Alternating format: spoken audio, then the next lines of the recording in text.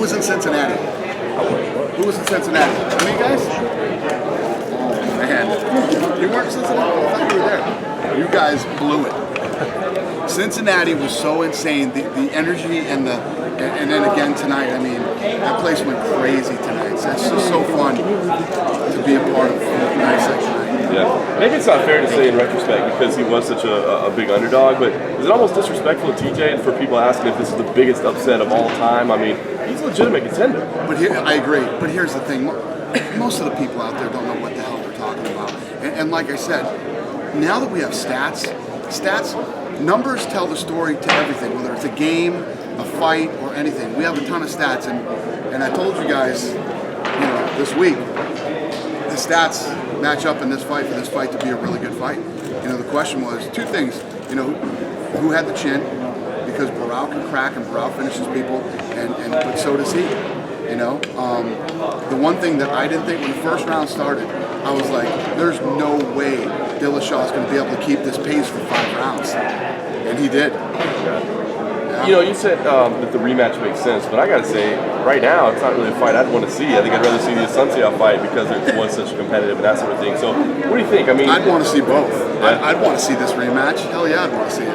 I'd want to see which Barao shows up for the next fight, and I think that's a great fight. I think it's a great fight. I guess it's kind of funny in some ways because everybody before the week was asking you, how do you make Kenan a star? I mean, now he's got his rival, I guess, right? I mean, if he comes back and wins, all of a sudden it all takes care of itself. There you go. Yep, I agree.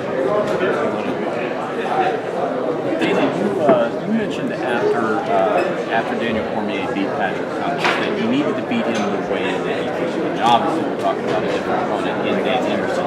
But being as convincing as he was tonight, do you think that was important for the continued title trajectory? Daniel Cormier is scary, man. The stuff that guy is able to do. He ragdolled Dan Henderson. Ragdolled. Yeah, it makes it fun. A fight with him and Jones is fun. Gustafsson Jones is fun. Cormier Jones is fun. It's good stuff. Can you also talk about from a promotional standpoint? I always say that the UFC brand is bigger than any one fighter, and that's what makes it a guaranteed value in purchase. On a card like this, where injuries change the original main event and all that sort of thing, there may not be that one star attraction fight that everybody's focused on. What does it mean for the equity that the UFC builds with its brand that you turn in a card like this? All that stuff, all the stuff that you're talking about, the only thing I care about are fights. Good fights, great fights. Like every time you turn off, I don't care if you bought the pay-per-view or if you stayed home and watched a Fox fight for free. You invested your time. Time is very valuable. Sometimes time is more valuable than money. And every time you turn the TV off, I want you to turn the TV off and say, God damn, I'm glad I stayed home and watched the UFC tonight. And that's literally, these guys have been delivering for years. That's why the brand is growing so fast. That's why the sport is growing so fast. And it's like every time you stay home and watch the UFC, you get what you deliver. You get what you want it to be delivered. For me as a fight fan, you have to have your holy shit moments. We jump out of your seat and scream holy shit and start going crazy, and we deliver, 3 or 4 holy shit moments throughout the prelims and the main card per show. Well, and that's a good point too. From a matchmaking standpoint, how important is it now that you have not only the Fox Sports 1 prelims, but also Fight Pass, that there's one of those holy shit moments, if I may, on each of the segments? People keep saying, we talked about this, I talked about this the other day, I don't know who these idiots are that keep saying there's too many fights and there's oversaturation, all the stupid bullshit. Any sport that's ever grown, you grow by building and going out to these other markets and finding fighters from other countries, and believe me, we know exactly what we're doing. It just keeps getting bigger and it keeps getting better, but these guys keep delivering. It's all about them. Where are you going next week? Are you going to I'll be in Berlin next week. You're going to be in Berlin? Yeah. Dana, really quick, do you think DJ is ready? Maybe he's kind of far ahead to fight in Mexico. What did he say? If Demetrius Johnson would be ready for Mexico? If what? Demetrius Johnson would be ready for I don't know. See what happens in this fight. Gotta see how that thing goes. Is there any update as far as San Jose goes? Anything new coming for that show? Yeah, that's the Fox fight. Fox fight. Yeah, main event. I got to deliver. I'll have a main event for that card. I'll have a main event by Monday for that card. Yeah, I have to. I'm on deadline for Tuesday, so I have to deliver. You said that you're not a fan of guys sitting around with Daniel Cormier, but that performance tonight, I mean, I think that's a fight that people really want to see him fight John Jones. Now, if you put him back out there, obviously you risk he loses, he gets hurt, something You're like either that. one of the best in the world or you're not. But the risk is the other way. I'll tell you what's happened more. No, there aren't many guys who I said, hey, you should fight before this, and they get hurt and don't get the opportunity. What normally happens, and it's happened a lot of times, is guy says, I'll sit out and wait, and then one of the two guys that are supposed to fight get hurt anyway, so he sat out all that time for nothing and doesn't get the fight anyway. Right. Dana, you were alluding to Jones Jefferson maybe being made by August 30th. I was curious if there was any location or venue. Not yet. We're still working on it. Have you been able to speak with Gina? I did not call Gina yet. I still owe Gina a phone call. Dana, why did you guys announce the Jones-Gustafson fight when Jones hasn't agreed to it yet? You guys don't usually announce. Huh? Well, I said we're shooting for August 30th. That's the date we want for Jones Gustafson. We just signed Gustafson to a new fight, a new deal, and Jones is getting a new deal too. But I guess to kind of read into that, you're saying we got to work on John next. I mean, is there any reason is there any holdup? Yeah, we're doing a new deal. Oh, he needs a new contract. Yeah. Okay, so it's not just will you take the fight; it's that you got to get the new deal. Yeah, we're doing a new deal with him. Was there any, as far as the decision to go here, to go to Las Vegas instead of Sweden, was any reason for that? We might do Sweden. That date might be Sweden? Yeah, we still might do Sweden. Oh, okay. Yeah. Working on it. The VAR situation where he fell down like 3 times without being touched. I'm just curious what you thought of that from a refereeing perspective, corner perspective. Do you think that fight should have been stopped? Both, yeah.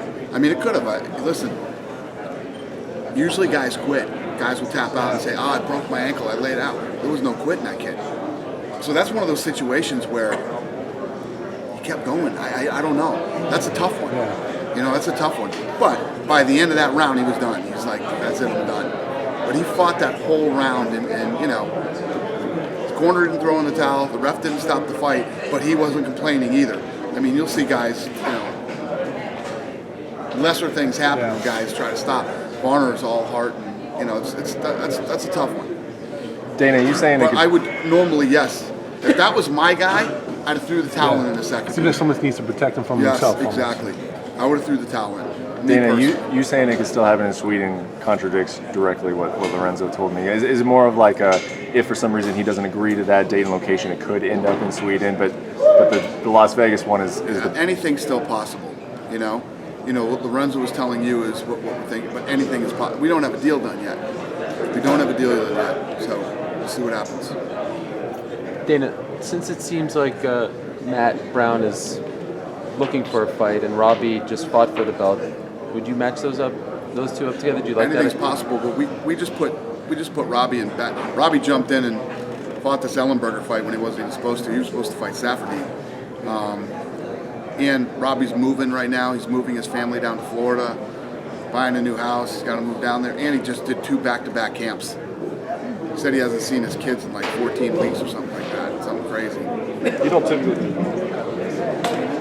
Ellenberger in those big spots like against Lawler and against Roy McDonald, he's fallen short. What do you think it is that's maybe holding back? Is it mental or is it Yeah, no, it's not a game plan. Listen, there's guys who pull the trigger when it's time to step up, and there's guys who don't pull the trigger. This is 2 times when he was in the spotlight and had big opportunities that he didn't pull the trigger. The one thing for me is, like I always say, you come out and it's not your day. I know there's guys that come out and they feel like they can't get off, their timing isn't there, whatever it might be. But when you're in a big fight like that and you're down 2 rounds, you come out in that 3rd round and you try to win. He didn't do that. He didn't do it in the McDonald fight either. He's got a lot of work to do. We don't typically see you sit down at the press conference and have a sidebar conversation with somebody, but you did with Robbie. Can you share the contents of that? Yeah, that's what he was talking about. How it's there's stuff. Robbie and I go back a long way. And even when he wasn't fighting in the UFC, he used to call me all the time and ask me for advice and stuff like that. So we have a really good relationship. So we'll just shoot the shit with him. Dana, on the Embedded show, I think it was 2 episodes ago, in the middle of the show, you get a call from Nick Diaz, and then it just cuts. It's like the ultimate cliffhanger. What was the conversation about? And Nick and I are talking. Nick was here tonight. See him? No. He was here. He was in the front row. Yeah. Oh, really? He was here. He So- was here. Is he the ultimate example of the guy who retires but still comes to the office? Comes to a lot of fights. I don't know. Again, dealing with the Diaz brothers is very unique.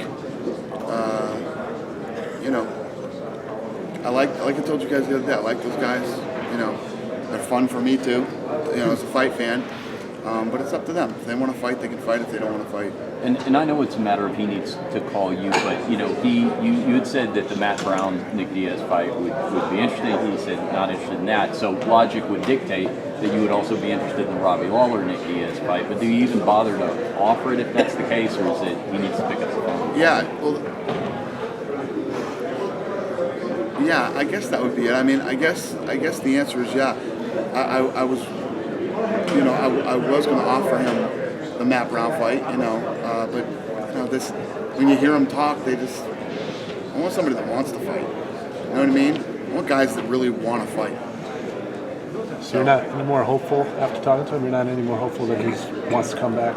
You never know. You talk to him and you think you have a good conversation, and you see, where he's quoted as saying he doesn't want to fight. Did he call you out of the blue, or was that just spontaneous right then and there? Do you think that the performance by Robbie put pressure on Tyron Woodley and Rory for the next show? As far as Yeah, definitely. Yeah, that's a really fun fight too. Tyron Woodley is like fights like Robbie. He comes in and tries to finish you and destroy you. So I think that fight for Rory is going to be very much like the Lawler fight. He's going to have to really let his hands go and fight. Dana, with Corral, what is your feelings about? I know he's a great fighter, but he hasn't lost for so long, and then you take a beating like he did. What do you think psychologically? Do you think it's almost tougher for him to come back? It's a great question. That's a great question. You ask yourself, you start asking yourself, did he get caught up in the hype? Did he not take Dillashaw seriously? Did he not do this? Did he not do that? Only he knows that. Only he knows the answer to that. I think he came out to fight the fight but got caught. When you get hit with the shot that he got hit with, most people would have got knocked out with that shot. He kept fighting and, showed tons of heart and durability. But good question. How does he bounce back from a loss like that? From an absolute 5-round beating from a guy who has the record for most significant strikes per minute. But what do you know of him? What is your take? What do you think? You think he'll be able to bounce back? That's what we're going to see. We're all going to find out what Renan Barão's really made of. Last time he lost, he didn't lose again for 35 fights. Let's see what he does after this loss. Did you get any sense during the week that he was maybe taking TJ lightly? Nope. Looked in great shape, made weight, awesome stare downs. All the things were there. TJ Dillashaw has the record for most significant strikes per minute.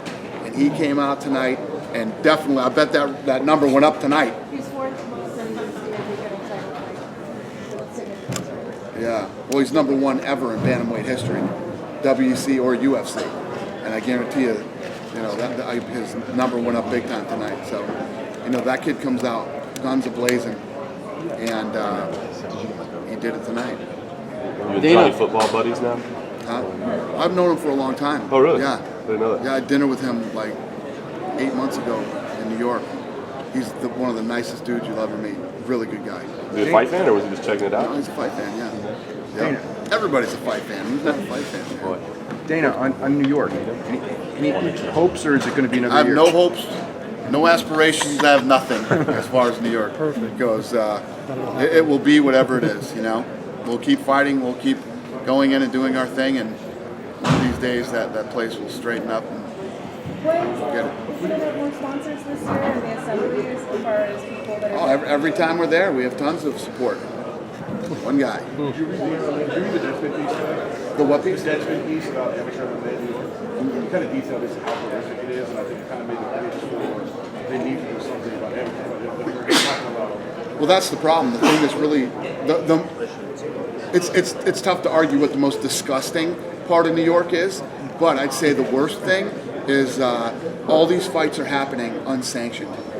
So they're not stopping these fights. They're actually this guy in New York is actually making things a lot more dangerous for people who live in New York. They said that they've actually know guys that fought with HIV and hepatitis C. Right. Disgusting. It also hinted that one of the reasons they're not passing is that they just want to keep getting campaign contributions and stuff from you guys. They're just kind of drawing it out. I mean, No way. That's not what it is. They're not drawing it out because we're spending all the money in New York.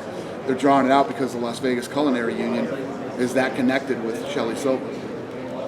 another thing I have for next week or 2 shows. How are you feeling? Are you excited, nervous? I mean, how are you kind of feeling next week with trying to do 2 parts at the same time? And also, is it like a dress rehearsal for doing that? Yeah, I'm not nervous at all. I mean, as far as doing events, this is what we do. We've been doing it for a long time. It's going to go fine. I mean, we got one on Fight Pass, and then right as soon as that one's done, Fox Sports 1 card goes. So. Dana, I'm educated over here. I got you. On the East Coast New York thing, do you think getting that New York sanction will herald a kind of new dawn, if you like, of more events on the West Coast? Because it does seem to be a proliferation over this side. Yeah, it absolutely would. Obviously, we wouldn't just do fights in, Madison Square Garden. No. Oh, yeah. We do that now, but I'm talking about as far as New York. We go up into Rochester, we go to Buffalo, we go to places like that and hold fights too. Almost saturated. Yeah. I mean, we're going all the way up to Bangor, Maine to do a fight this summer. So. Can I ask you another thing? You praised Jamie Varner for fighting with his one leg. Isn't it a bit crazy sometimes when the corners are so clearly damaged? It's really damaged. Why don't the corners call that? Why don't they what? Yeah. I mean, listen, let me tell you what, I've seen some fights that I go, does anybody care about this person? Does anybody care? But that wasn't one of them. That wasn't one of those situations. There's a time, when you see somebody just taking unbelievable damage. Jamie Varner sucked it up. He had a broken leg, which had to be unbelievably painful, and I can't say enough about the kid, but there's times where you look at somebody and they're taking, what was that girl's name? Sexton. Rosie Sexton. Rosie. Remember that fight? Yeah. Yeah. So that fight, I'm like, does anybody care about this girl? Do any of her corner people care about her whatsoever? I said that in that fight, and there's certain fights that I'll think that. But listen, if a guy can get up on his broken leg and swing for the fences and try to, imagine if he won. I mean, imagine if he caught Krause and knocked him out in that first round. It's just, that's the kind of shit that builds legends and that people will never forget as long as they live. So, much respect to Jamie Varner for toughing it out. And when you're in that position, you can tap. And he was never in a position, his leg was already broken. Not like anything more was going to happen to his leg, but that was a personal choice by Jamie. And, it's one of those tough ones. You could go either way with that. Yes, the ref should have stopped the fight. Oh my God, somebody should have thrown the towel. Jamie should have quit, but he didn't. I know you're waxing lyrical about TJ Dillashaw's performance and how brilliant it was, but there was something extraordinary from Daniel Cormier tonight. I'd like to talk about that. I agree. He shows him. I just want to talk about, is he beginning to show himself completely? And does it work for him in his favour that he is frozen out from the title for almost another year? If there's no injury to him. Yeah, he's not. Yeah, well, it's not that he's frozen out. These things happen. Sometimes there's log jams in these divisions where a guy who you think, listen, Cormier is awesome. He looked unbelievable. How about he's done this in 2 weight classes with heavyweights and light heavyweights? Everything you say about it, but there's no denying that Gustafsson deserves this rematch. So Cormier's in line. He's going to have to wait. Yeah, I know. Yeah, no. It was unbelievable. It was unbelievable. Dana, any movement on the out-of-competition drug testing? On the what? Out-of-competition drug testing. Any movement. possibility of doing that? As far as Nevada goes, maybe. Maybe. What do you think as far as anything that you've noticed as far as new regime and all that? Anything? I like these guys. Yeah, I like them very much. And what I like the most is they're very proactive now on fixing what's been wrong. Like tonight, they were both here. That was just both of them standing up here before the scrum. Stayed to the whole press conference, and they probably already did their meeting with all their officials. They have a meeting with all the officials. They walk through everything that happened, what was good, what was bad, what could have been done better. It's absolutely necessary. You have to do it. Yeah, they did their meeting. They said they're going to show up to every press conference because they feel like they have to be accountable for anything that's done, good or bad. It's awesome. There you go.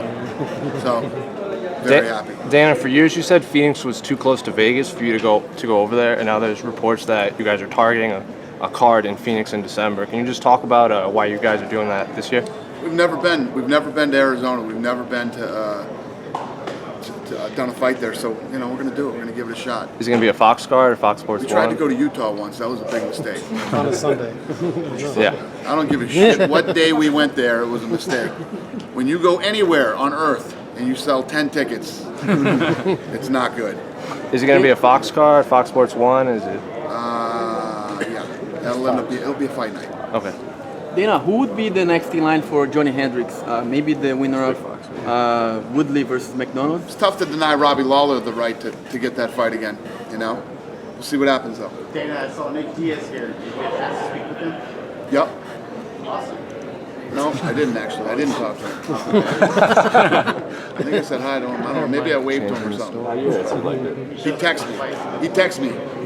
That's how we talk. Dana, UFC is going to Brazil next week. I would like to know what do you think about Fabio Maldonado headlining the show, and how did you guys get to this decision? Well, we got that decision because a lot of bad shit happened. But he's a fun guy to watch fight. The guy's a warrior. He steps up. He takes his fight with Stipe. It's fun to watch him fight. He's a fun guy. We heard the UFC is going to Brasilia on September 13th. Is it confirmed? I don't know. I don't know if that's true. Have you heard anything new on Junior Dos Santos? I haven't. He's going to be out for a minute. You know what I mean? He broke his hand. He's going to be out for a minute. Those broken hands are tough to come back from. Danny, can I just ask you to elaborate on Henderson? You said it would probably be a good idea if he goes down to middleweight. In the past, you've always made it a point to say, I don't make that decision. But in this case, would you say it has to be middleweight? Well, Henderson said he wanted to do it, right? He said probably. Yeah, he'll do it. I think the thing with Henderson was Henderson's so damn tough, but he doesn't like making the weight. I think that's always the problem with him. I mean, you saw in a bed what his, all these other guys are dying, and he's getting massages and having breakfast and lunch and dinner and weighing in at 196. Obviously, if he tried to, cut into 85 would be a lot tougher for him, but it would make a lot more sense. Dana, what was the thought process behind Bisping versus Kung Lee? How did that fight come together? Kung Lee's back. He was injured, and he did the Ultimate Fighter for us over there, and now he's back, and they both wanted that fight. So Bisping, did you feel like this is kind of do or die for him at this point in his career? It's an important fight. Very important fight. Was he okay with going to China? Yeah. Can you elaborate on it's an important fight for athletes? Well, Bisping's been a guy who's been wanting to get a title shot and wanting to, get back in there. Obviously, he needs to win this fight against Kung Lee. Very important fight for him. Dana, I was here a couple of weeks ago covering the Floyd Mayweather-Madonna fight, and the situation post-fight around the press conference, everything was a little chaotic. I was told by some people here at MGM that they had sort of stepped up security measures. Did you guys feel any of that? Did they talk to you about that? Well, what they did was now when the fights, when everybody goes in, they rip out all those metal detectors that you have to walk through. They took out all this, the fencing that used to be there. They'd set up those barriers, and they opened everything up so that, hopefully something like that wouldn't happen again. Apparently what happened was the Starbucks sign fell down, and it made this huge pop like a gunshot. Yeah. And people started running and going crazy. So Yeah, it was the wall just outside there, actually. It was the wall just outside there. But there was a partition. I was there. It was like a It soft came down, partition. and it just went bang, and everyone suddenly panicked. There were foot fights. 100 people went in here. It was horrible. Horrible. But I've never seen a log jam People not moving for like 15 minutes. Yeah. So that's what they did. Right. Took down all the barriers, took down the metal detectors, and made it more open. So they're not getting people out of the arena as fast as they used to. They're slowing it down a little bit and letting people, Does that make you happy that as big of a star as the UFC may have, that not one of them has a 30 or 40 person entourage that's trying to get their way into the press conference? Yeah, I do. There's many things that I like about this sport over boxing. Is there anything new on Jacare Souza? I'm sure there is. I don't know. Okay. Dana, you had to separate Chael and Bantamweight on Friday. You were there, a couple of punches from both of them. It's what somebody should have done in Brazil too.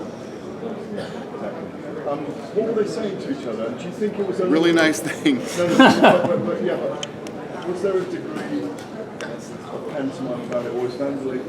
Because honestly, Vanderlei's never scrapped him on stage. He hasn't learned from what you told him. Vanderlei doesn't look. I mean, look at the stuff Chael says, and look at the type of person Vanderlei is.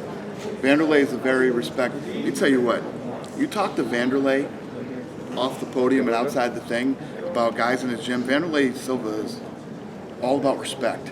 He's one of those type of guys, and he doesn't like Chael, man. And Chael's the master of pushing your buttons, getting under your skin, and pissing you off. So he's so old school, he just can't let it go. Unless he apologises, and Chael's never going to apologise. Yep, pretty much. Is there any fear that there have been rumours that Bantamweight could still take injury? Does that concern you at all? He's not. He's fine. Yeah, we've sent him to the doctors. He's 100% healthy. Yep. Dana, back to the China card real quick. Did you have a chance to see the Chinese fighter that fought tonight? Did what? Did you have a chance to see the Chinese fighter that fought tonight? I got here right after his fight. Heard it was a split decision, but that was a bad call that he won all 3 rounds. Yeah, he won. Is that right? Yeah. And how's progress going over there after 2 shows? How's who? How's progress going over there after the 2 shows? Going you've good. already done? It's going good, man. We're in that market. We're doing what we need to do. We're building it, and same thing in Mexico. We brought all the Ultimate Fighters here tonight from Ultimate Fighter Latin America. Guys were like crying and so emotional about being here at the event live. It was awesome. This season of the Ultimate Fighter is so fucking good already. It's awesome. This thing's going to be great in Latin America. Can you give us an idea, mentioning Jing Liang, when a foreign fighter like that fights in his home country? I talked to his coach Ricky Lindell this week, and he said he'd seen like 75 articles, all in Chinese, but major press coverage on this guy. And to us, he's fighting the first fight of the Fight Pass prelims, but over there, obviously, very impactful. Can you give us an idea internationally of what that's like? That's part of it we don't see. No, it's true. That's why when I talk about things like how many fights there are, when I talk about Fight Pass, and the negativity Fight Pass got here, as Americans and what we've built here, everybody's spoiled. We got tons of pay-per-view fights. We've got live shows all over the country. We've got stuff on Fox Sports 1. We got fights on Big Fox. The rest of the world is starving for it. Starving. So, the world is a very big place, and that's why, when we set projections for Fight Pass, it blew it out of the water, because you don't realize until these other markets how bad they want to consume the product. And then once you start getting into these countries and you have somebody from their own country, I'll tell you right now, Korea is huge, and when the Zombie and all these other guys fight from there, we have a girl that we're really good friends with, her and her husband. They're from Korea. They said it's like all anybody talks about over there. When those Koreans fight, it's a big deal over there. How close are you to a live show there? Huh? How close are you to a live show in South Korea? We're working on it. Yeah, we're working on it. We're right there. One of those things, like we should have been there already, but we didn't get it done. You know what you did with the Mexican fighters by having them based in Albuquerque for a while and fighting local shows there? Does it make sense to export, say, a group of Koreans and bring them here? Have you thought about? I don't think it needs to be done in Korea. It's already happening in Korea. There's guys that are ranked in the top 10 from Korea, so it really doesn't need to be done there. There was never a Mexican fighter who was top 10 and looking, headed toward a world title. you know, it had to be done in Mexico. But that kind of academy setup where you're preparing the guys to go into a series seems to have worked. You know? We're doing it in Mexico, China, and India. Those are the countries that needed it. Korea didn't need it. So that's what I'm saying. Does it make sense kind of getting the best 30 Indian guys, bringing them here and basing them here before the series starts? That's what we're doing it. Yeah, okay. Dana, We've been doing it in India for a while now. I remember you had mentioned the Philippines and also Russia as possibilities also for expansion. Where do you stand with those countries right now? Philippines should have been done already too, but it's not. And how about Russia? Russia's a tougher place to navigate than, especially now. Are there any other countries right now? That Every you're- country all over the planet. We done? Yeah. Thank you guys.